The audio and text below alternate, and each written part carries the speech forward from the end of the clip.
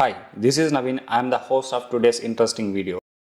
Most of us have seen single pair of twins, but if I show you 400 twins in a single village, definitely it will surprise you. By any chance, conceiving twins or triplets is a rare chance of occurrence around the world. In fact, on average, only 16 out of 1000 successful pregnancies in the world results in twins. This average is even lower in India, 9 out of 1000. But the ratio of twins is heavy in Kodinha village in Kerala district, which has a record 400 pairs of twins born in 2000 families, while experts have been pointing towards genetic, which is an obvious factor. Conceiving twins are more mysterious, which is irrespective of their religion, lineage, and the family heritage. All families living in the village conceived more than the average pairs of twins over the last few generations, and the number is consistently growing. Comment below if you saw twins in your lifetime, and subscribe our channel and hit like button of this video.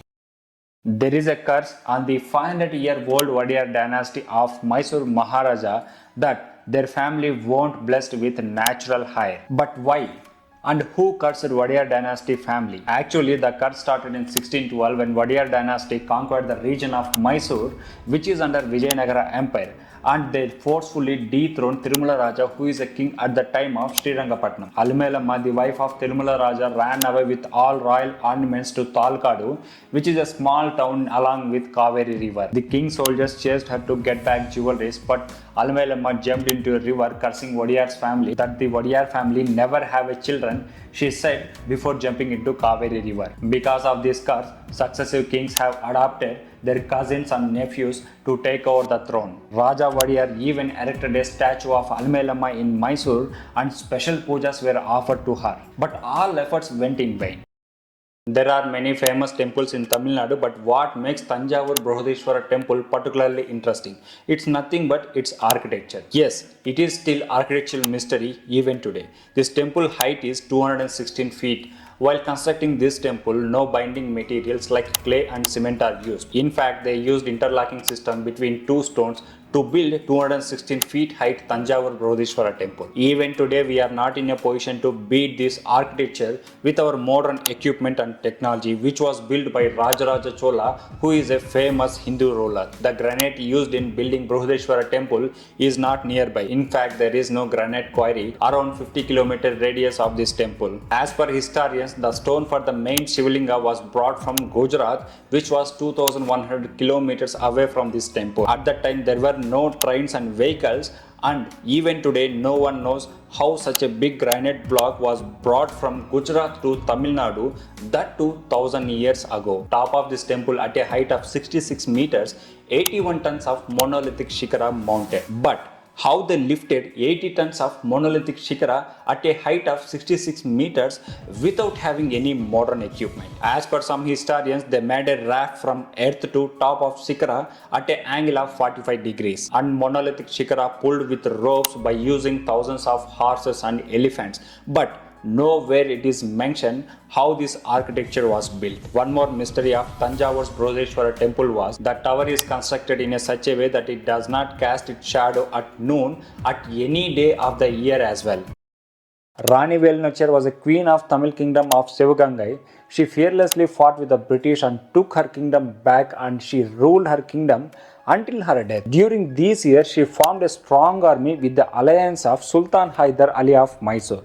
She had requested him to provide 5000 infantry and 5000 cavalry that would help her to fight with the British. She kept moving and changing her base to confuse Britishers. Finally, Haidar Ali agreed to support Velunachar, and he gave whatever the required weapons to attack the Britishers. Velunachar is believed to be the first person who came up with the idea of a human bomb and arranged for a suicide attack. In 1780, when Velu found the place where the British had stored their ammunition and weapons, she organized a suicide attack which eventually blew up the ammunition stored by the British in the storehouse. With the help of new army and her alliance, she fearlessly entered Sivagangai again, even all the obstacles placed by her enemies. She captured all territories who have helped the Britishers to capture Velunachar kingdom, and she fearlessly fought with the Britishers and took her kingdom back, and she ruled her kingdom again until her death. And she was the first queen who revolted against the British army.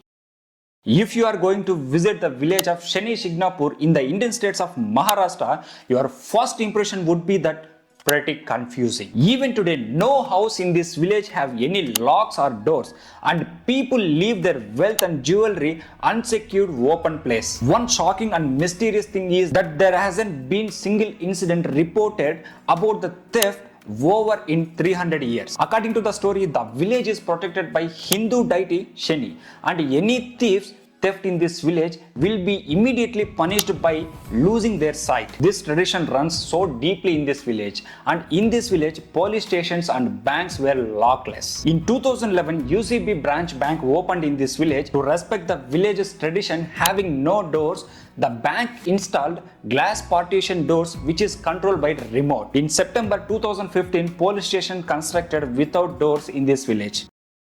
Prahalad Jain was a saint who did not have water and food for over 80 years. India is land of eccentric saints and sadhus, but no one of these gurus have raised worldwide interest as much as Prahalad Jain. Prahalad had left his home at very young age in search of spiritual experience and started living in a cave near Ambaji temple in Gujarat. Prahalad claims to have fasted without food and water for over 80 years. However, in 2010, 35 experts from the Defense Institute of Physiology and Allied Science of DRDO started observing Prahalad Jain by keeping him under CCTV surveillance for over 15 days. Even after this, he was in a good health despite not eating and drinking water. Government officials said that he did not urinate or excrete during the duration of this test. Still today, it's an open question that how Prahalad has survived without having food and water more over 80 years. At the age of 90, Prahalad was passed away due to health issues. A. Herpin, who was born in 1862, known as a man who never slept, he had an issue which is a rare cause of insomnia. That's the reason he could not sleep. The supposed cause is unknown, although it may link to his mother suffering a major injury a few days before his birth. In the late 1940s, Herpin attracted attention of several medical professionals and they started inspecting his house. They found no bed or other sleep-related furniture but only a rocking chair. Herpin said that after a long days of work, he would rest in his rocking chair from evening to morning by reading the newspaper. A. Herpin died at the age of 94 on January 3rd, 1947, which is a normal death but not abnormal. What do you think about this fact? Comment in comment section and please subscribe our channel. Many people not aware of the role she played in famous Kakori train robbery which went on conspiracy.